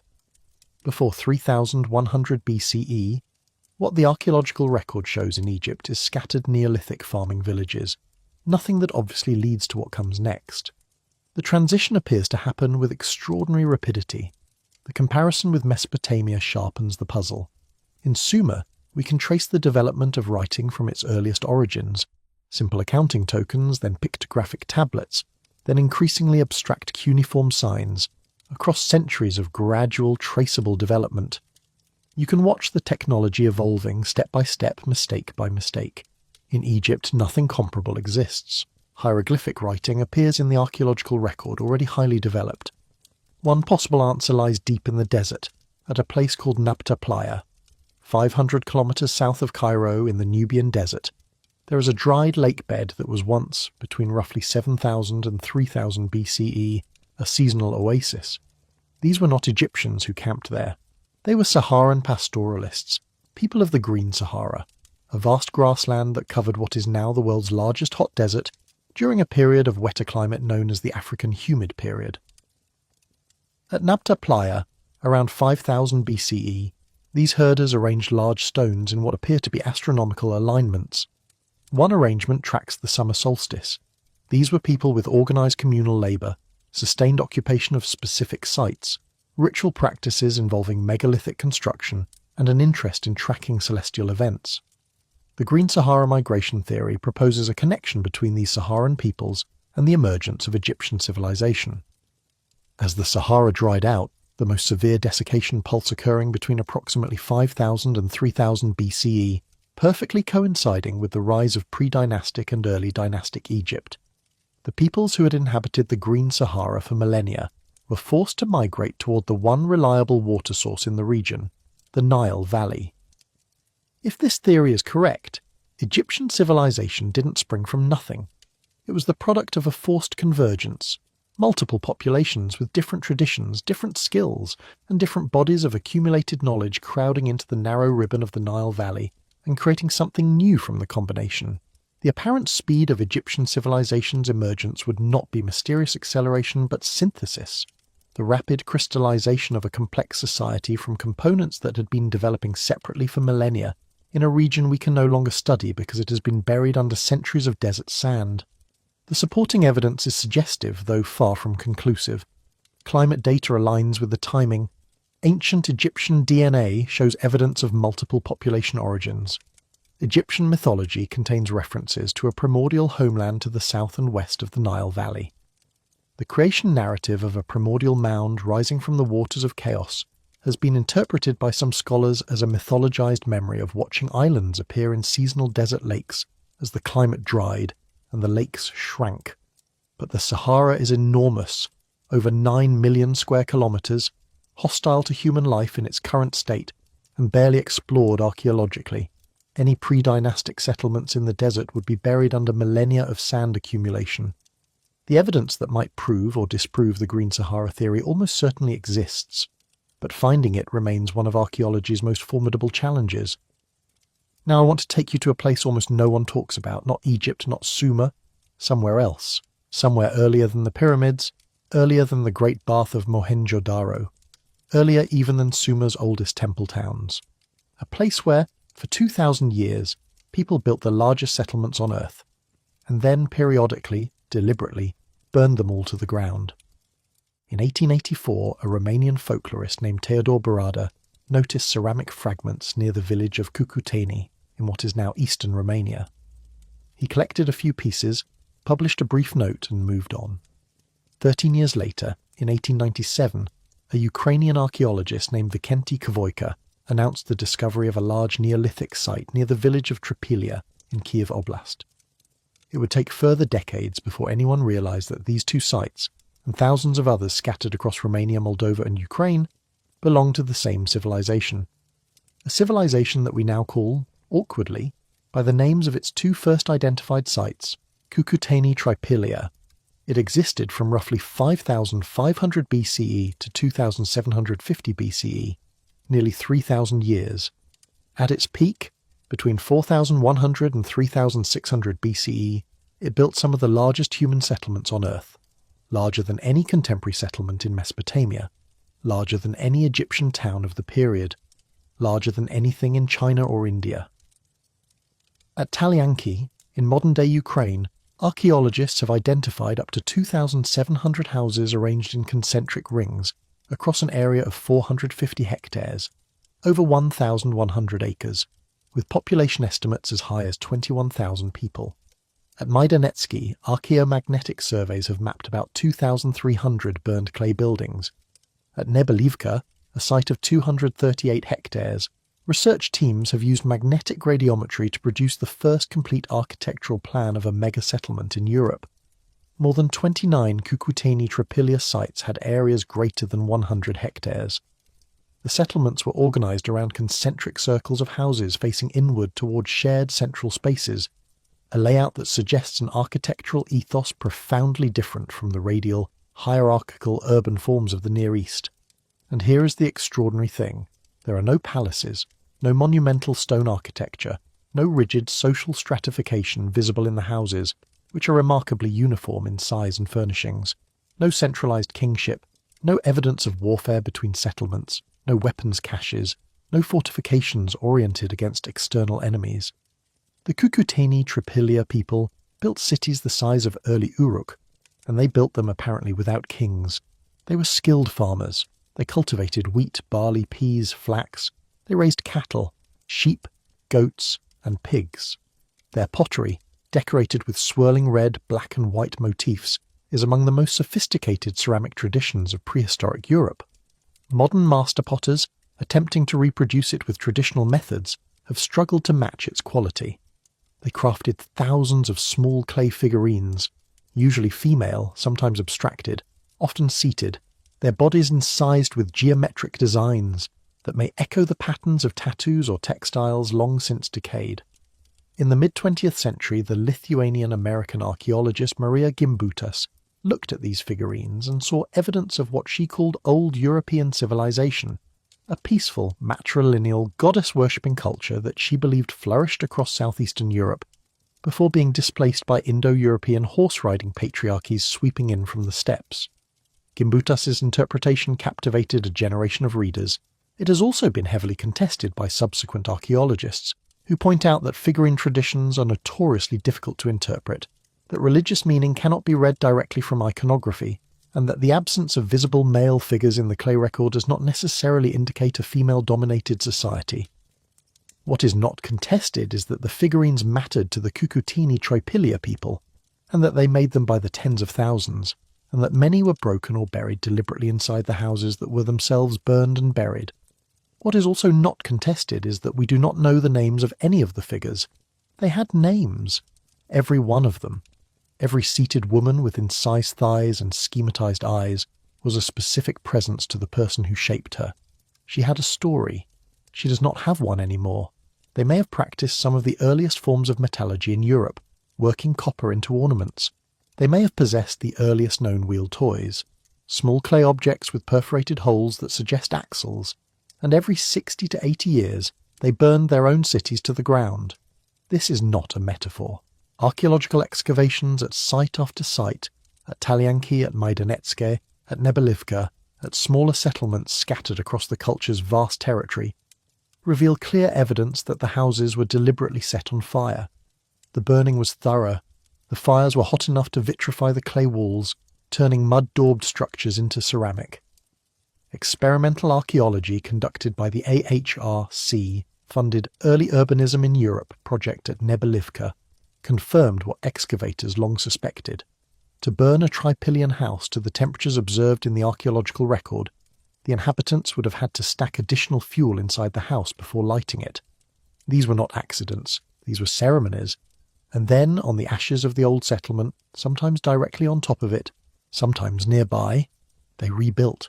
The same concentric layout, the same inward-facing houses, the same patterns of community space, and they lived there for another 60 or 80 years, and then they burned it again. Why? No one knows with certainty. The honest scholars will tell you that. Theories have multiplied across the century and more since the sites were first excavated. Some researchers have proposed that the burnings were purely practical, that after several decades, houses accumulated infestations, rot or structural weaknesses severe enough that demolition was easier than repair. Others suggest a ritual dimension, that the Tripillion people believed houses were living entities with finite lifespans, and that burning them was a form of funerary rite, a dignified death for the structure that had sheltered a family or a community. Some archaeologists have argued that the burnings were linked to the deaths of significant individuals, or to the exhaustion of nearby agricultural soil, or to periodic reorganizations of social space. The Ukrainian archaeologists Natalia Burdo and Mikhailo Videyko have documented multiple phases of interim rituals, smaller burnings of individual houses that were then buried in pits, alongside the massive settlement-wide conflagrations that marked periodic abandonment. We will probably never know which of these explanations is correct, or whether the answer is some combination of all of them. What we do know is that this pattern of construction, burning and rebuilding, persisted for more than 1,000 years across an enormous territory. It was not a local quirk. It was a cultural practice, carried forward by hundreds of generations. Around 2750 BCE, the mega-settlements dissolved. The people seem to have scattered into smaller communities, and over the following centuries, the Cucuteni Tripelia culture faded from the archaeological record. The reasons remain debated. Climate change, soil exhaustion, the arrival of Indo-European-speaking peoples from the East, internal social transformations. Whatever the cause, the mega-settlement phase of European prehistory ended, and no comparable concentrations of population would emerge in the region for another 3,000 years. The Cucuteni Tripelia people built for the present, and the present was enough. Every 60 or 80 years they chose to consume what they had built and begin again. It is a relationship with permanence and impermanence that has no parallel in the history we have inherited. A civilization that assumed nothing was meant to last, and built anyway, and built beautifully, and burned it down when its time was done.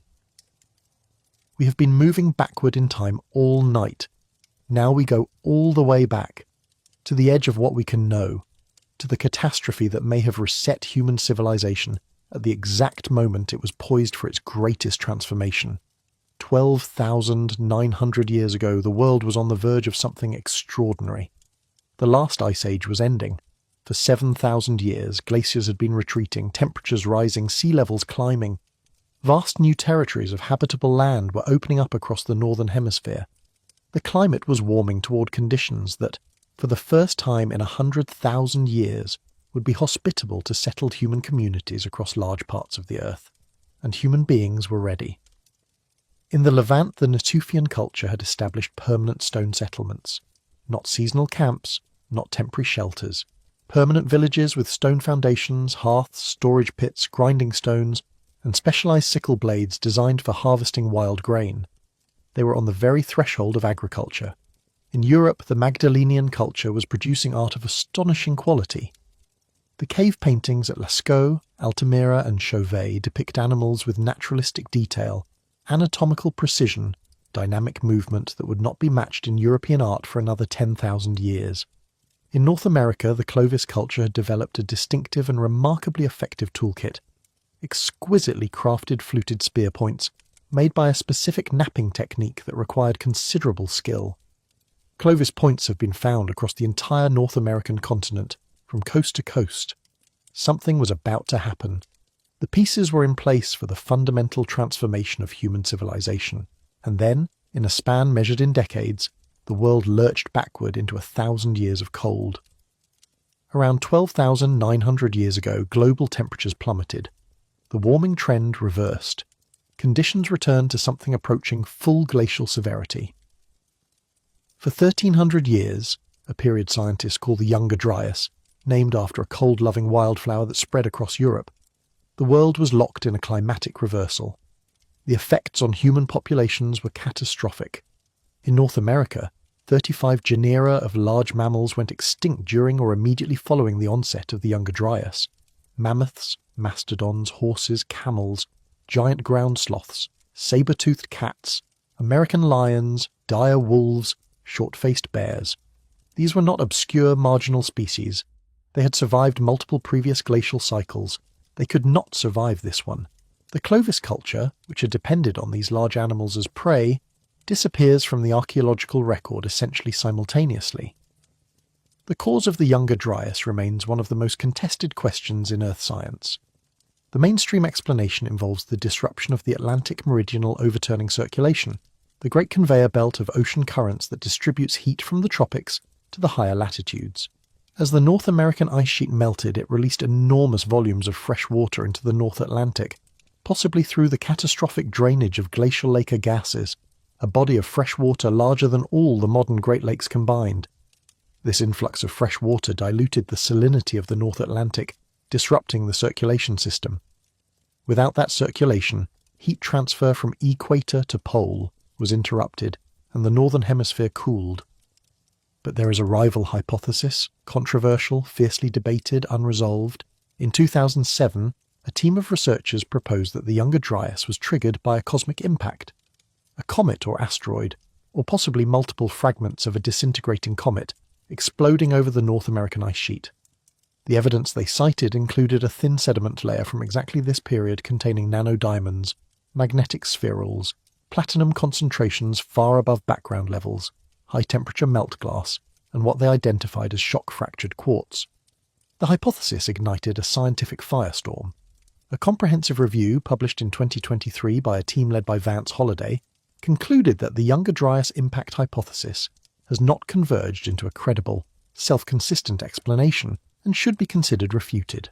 A 2025 analysis of the platinum anomaly in a Greenland ice core, long cited as a key piece of evidence, found that the platinum spike appeared 45 years after a cluster of volcanic eruptions in Iceland and lasted 14 years, a pattern some researchers argue is inconsistent with an instantaneous impact.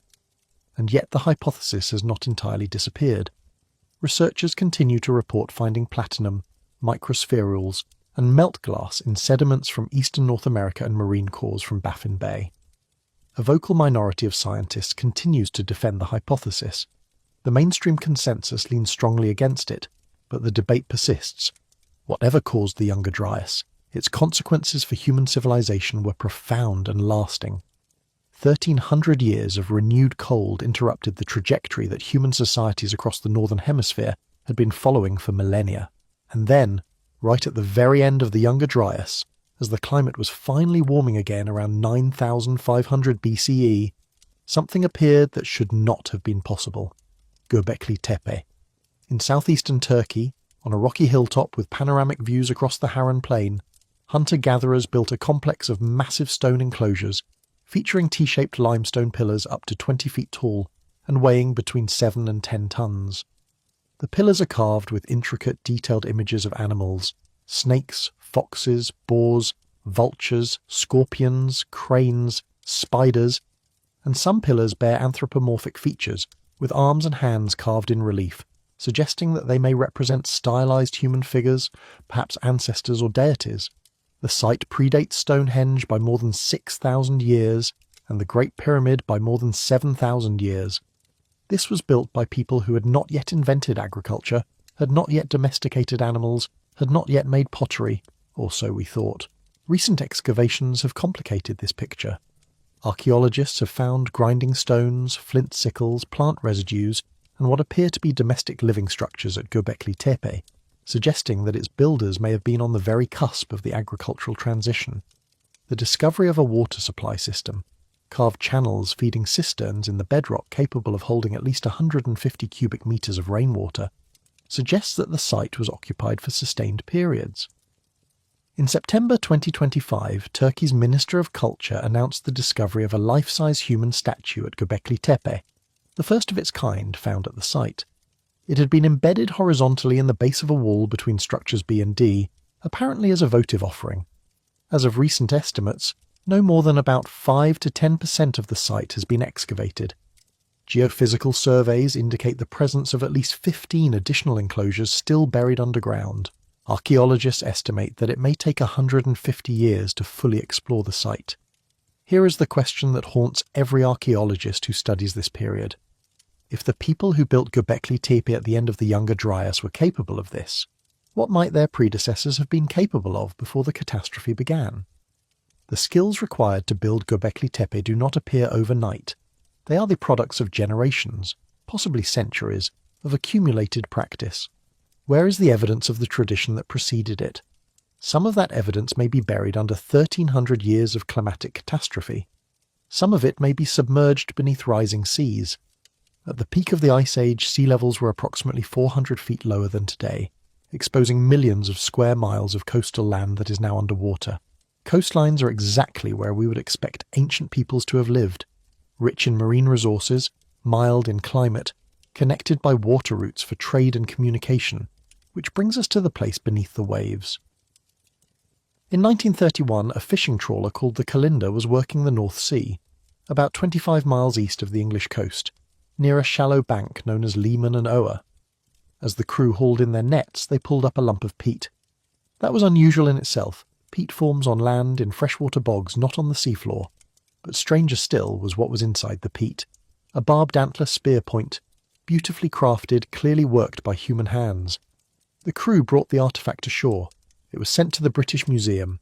Experts examined it and concluded that it was a Mesolithic harpoon point, dating to somewhere between 10,000 and 4,000 BCE, the era of European hunter-gatherers just before the invention of agriculture.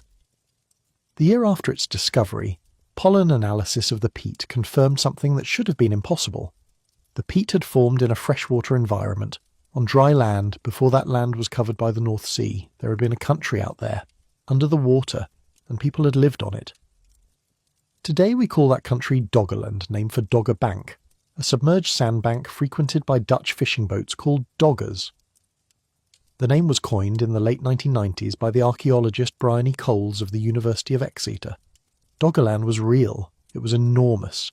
At its greatest extent, it connected Britain to mainland Europe, stretching from Scotland and northern England across to the Netherlands, Denmark, and northern Germany. Somewhere between 100,000 and 200,000 square kilometres of habitable land, an area roughly equivalent to modern Britain, sat exposed during the last ice age, and gradually submerged as the glaciers melted and the seas rose. It was not a wasteland. Recent sedimentary DNA analysis by researchers at the University of Warwick, published in 2026, has shown that temperate woodland species, oak, elm, hazel, were already growing in southern Doggerland more than 16,000 years ago, several thousand years earlier than they appear in mainland Britain. The landscape was a mosaic of marshes, wooded valleys, gentle hills, and slow-moving rivers. It teemed with wildlife, mammoth tusks, rhinoceros bones, and the remains of aurochs, red deer, and wild horses have been dredged from the North Sea floor by fishing trawlers for more than a century. For the Mesolithic peoples of Europe, Doggerland was not a land bridge. It was a heartland, one of the richest hunter-gatherer landscapes on Earth. So imagine them for a moment, the people who lived there. Archaeologists have given one of their main cultures a name, the Maglemosians, active roughly from 9,000 to 6,000 BCE, named for a Danish bog site whose peat preserved their tools. They made microliths, small sharp flakes of flint set into wooden hafts to create composite spears, arrows, and harpoons. They worked bone and antler with great skill, producing the barbed points that still surface in trawler nets. They built dugout canoes from hollowed-out logs. Some of the oldest boats in European archaeology come from Doggerland's margins. They wove fish traps from willow. They followed herds of red deer and aurochs across the plains. They collected hazelnuts in enormous quantities and stored them in pits. They ate eel, pike, perch. They lived in temporary camps along the banks of rivers that no longer exist, and in more permanent hamlets at the confluences of those rivers, and in shelters in the reed beds where birds gathered in uncountable flocks during the spring and autumn migrations. We know these things not by direct excavation. Doggerland is still mostly underwater, but by analogy with the Mesolithic sites we have on land at places like Starcar in Yorkshire, where the waterlogged peat has preserved wooden platforms, antler headdresses worn by shamans or hunters, and the bones of deer killed and processed 9,000 years ago. The Doggerlanders were the neighbours and kin of the Starcar people. They shared the same tool traditions, the same styles of bone carving, the same seasonal rhythms. When Star-Car was active, Doggerland was still above water. You could have walked from Yorkshire to the heart of Doggerland in a week of steady walking, and then to Denmark in another 2. And the North Sea has been patient about surrendering its secrets. Bone harpoon points, dugout canoes, wooden paddles, fish traps woven from split willow rods, preserved almost perfectly by the oxygen-poor mud, sets of human footprints preserved in compressed clay with as many as 39 consecutive prints in a single track, revealing the gait and pace of someone who walked across wet mud thousands of years ago and left a signature that only the sea could read. A fragment of human skull, dated to approximately 13,000 years before present. A Neanderthal skull fragment pushing the region's human occupation back 40,000 years, meaning Doggerland, or what Doggerland would become, was inhabited even when the first modern humans were still spreading out of Africa. Some of the richest concentrations of artefacts come from the Rhine-Meuse Delta, off the coast of the Netherlands, where Dutch fishermen and amateur collectors have recovered thousands of bone and antler points, stone tools, pieces of worked wood, and even human burials from the shallow sediments.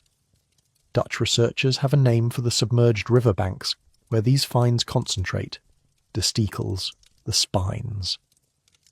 They are the edges of drowned landforms, the places where Mesolithic people camped because the rivers provided water and the banks provided vantage points over the herds.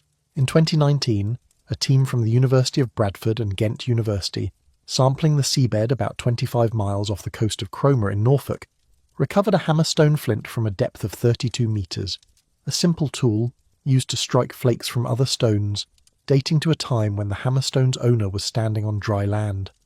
A small, ordinary object, dropped or discarded by a real person, who then walked away across a landscape that no longer exists. Since 2015, the University of Bradford's Submerged Landscapes Research Centre, led by Professor Vince Gaffney, has mapped approximately 188,000 square kilometres of the North Sea floor, an area about the size of England and Scotland combined. Using seismic data provided largely by energy companies drilling for oil and gas, the team has reconstructed ancient river channels, coastlines, estuaries, and hillsides that have been underwater for thousands of years. They have traced the path of a drowned river they call the Outer Silver Pit, a waterway that once flowed across the central plain of Doggerland for hundreds of kilometres before spilling into what is now the English Channel. They have identified salt marshes, brackish estuaries, freshwater lakes. They have produced interactive maps that show Doggerland's gradual transformation from a vast continental plain 20,000 years ago to a shrinking archipelago 8,000 years ago to a single island to nothing. The drowning was slow at first. For 3,000 years, sea levels rose at an average rate of roughly 6 feet per century. In some places and some centuries, the rate was even faster. As much as 1 to 2 metres of sea level rise in 100 years, enough that a coastal village built by a grandfather could be underwater by the time his grandchildren were grown. Coastal villages would have been abandoned in the lifetimes of the people who built them. Fishing grounds would have changed. Hunting routes would have flooded. Generation after generation of Doggerlanders watched their homeland shrink. The oral traditions passed down around the fires on long winter nights must have included countless stories of places that used to exist, of grandmothers' camps now under the tide, of the names of rivers that no longer ran. And then, around 6,200 BCE, the drowning became sudden. Off the coast of Norway, at the edge of the continental shelf, an enormous slab of seafloor sediment, an area of roughly 3,000 cubic kilometres, a volume equivalent to the entirety of the state of Iceland, suddenly collapsed and slid into the deep ocean.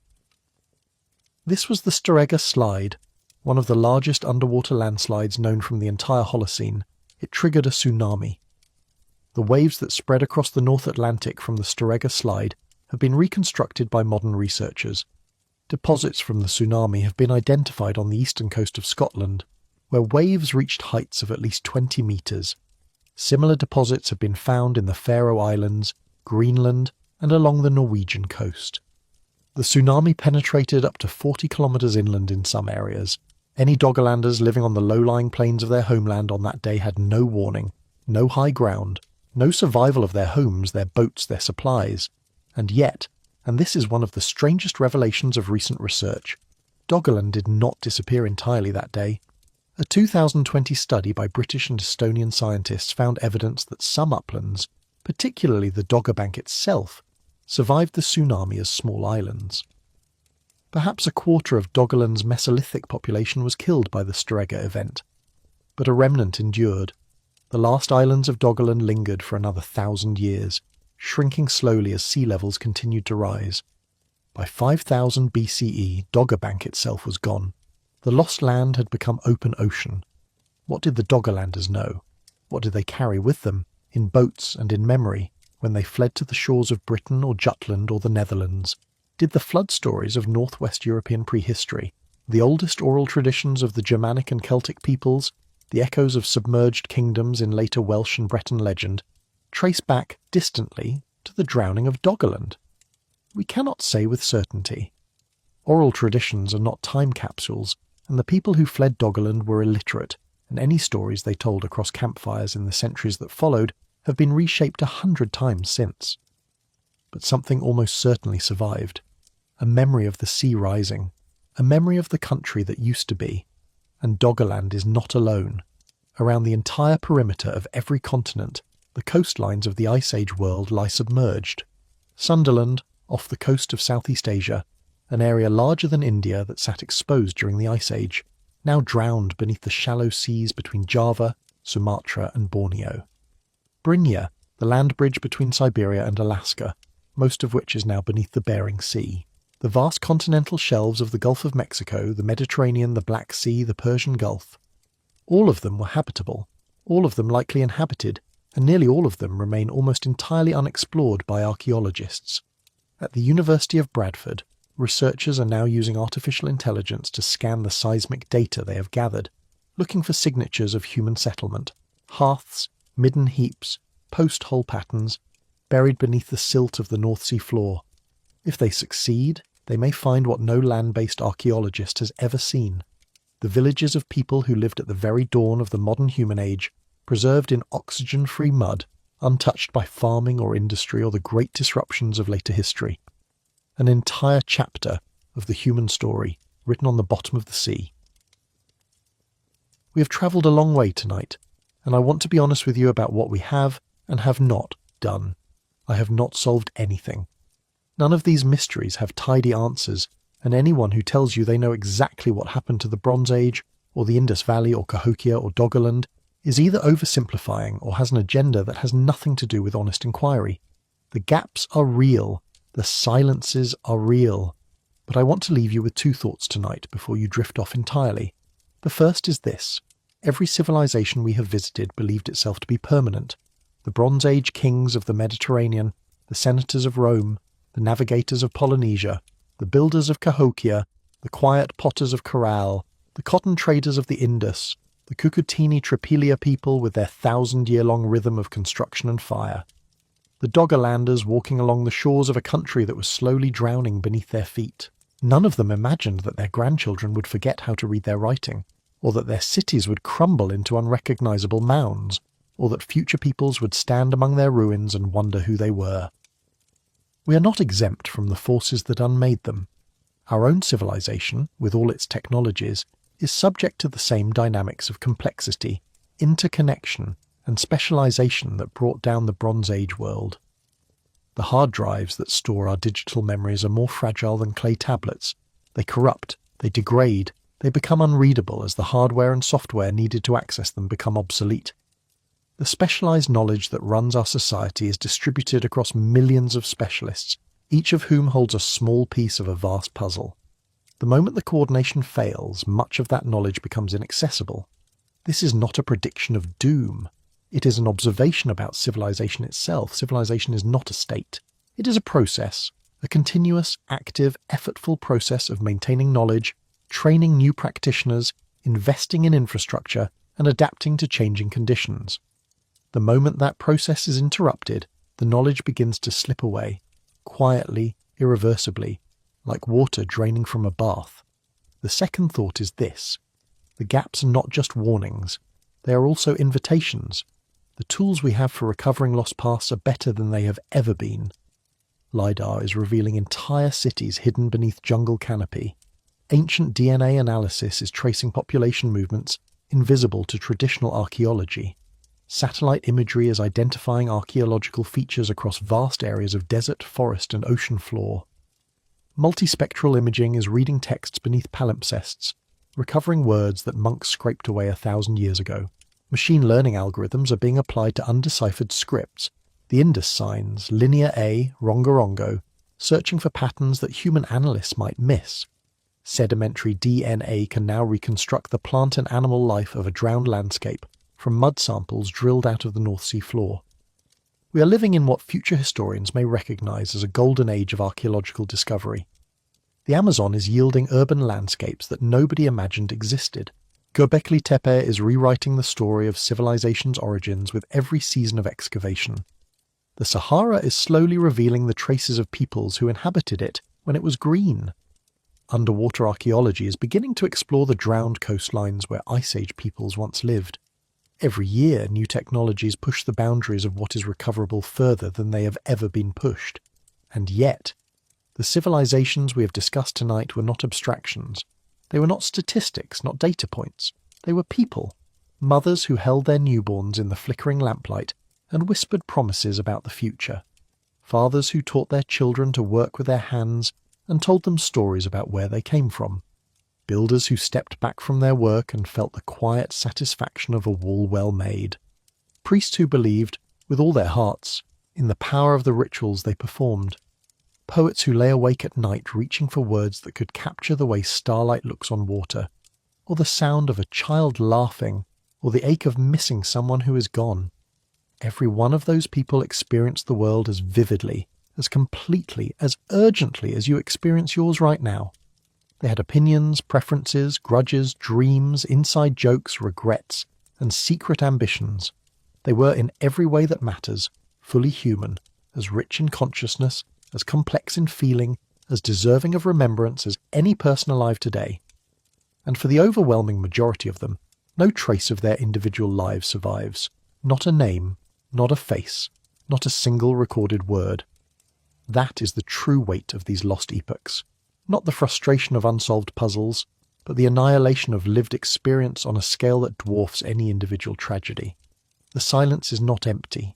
It is full of lives that were lived completely and are now completely gone. And yet the fact that we care, the fact that we devote our finest technologies and sharpest minds to recovering even the smallest fragments of these lost worlds, says something about what kind of species we are. We are a species that refuses to accept silence as the final word. We dig through rubble, we decode scripts, we scan jungles from the sky and ocean floors from submarines.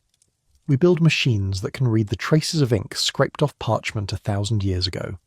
We do all of this because we feel, at some deep and ineradicable level, that every human story matters. So as you drift off tonight, let this be what you carry. Not fear, not grief. Simply the knowledge that underneath the map of the known world there is another map. A map of drowned countries and unread scripts and cities whose names their own builders have forgotten. A map that is still being drawn, tonight, in laboratories and archives and excavation trenches all over the world. Somewhere beneath the jungle canopy, a LiDAR scanner is passing overhead. Somewhere in a museum storeroom, a palimpsest is being photographed in ultraviolet light. Somewhere on the seafloor, sediment cores are being taken from the drowned valleys of Doggerland.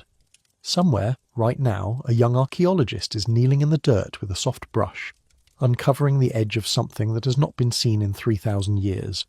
The past is waiting. It is patient. It will still be there tomorrow. If this story stayed with you tonight, leave a quiet like to help others find their way here.